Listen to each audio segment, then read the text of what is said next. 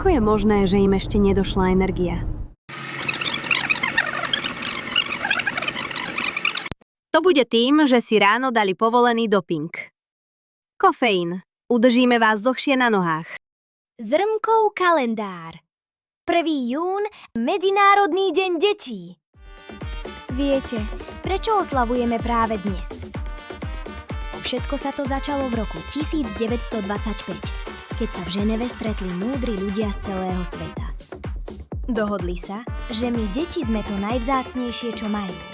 A preto si zaslúžime svoj vlastný deň, kedy na nás bude celý svet myslieť. V ten istý deň mal jeden láskavý ujo v Amerike krásnu oslavu pre deti a tak sa to všetko spojilo a zostalo nám to až dodnes.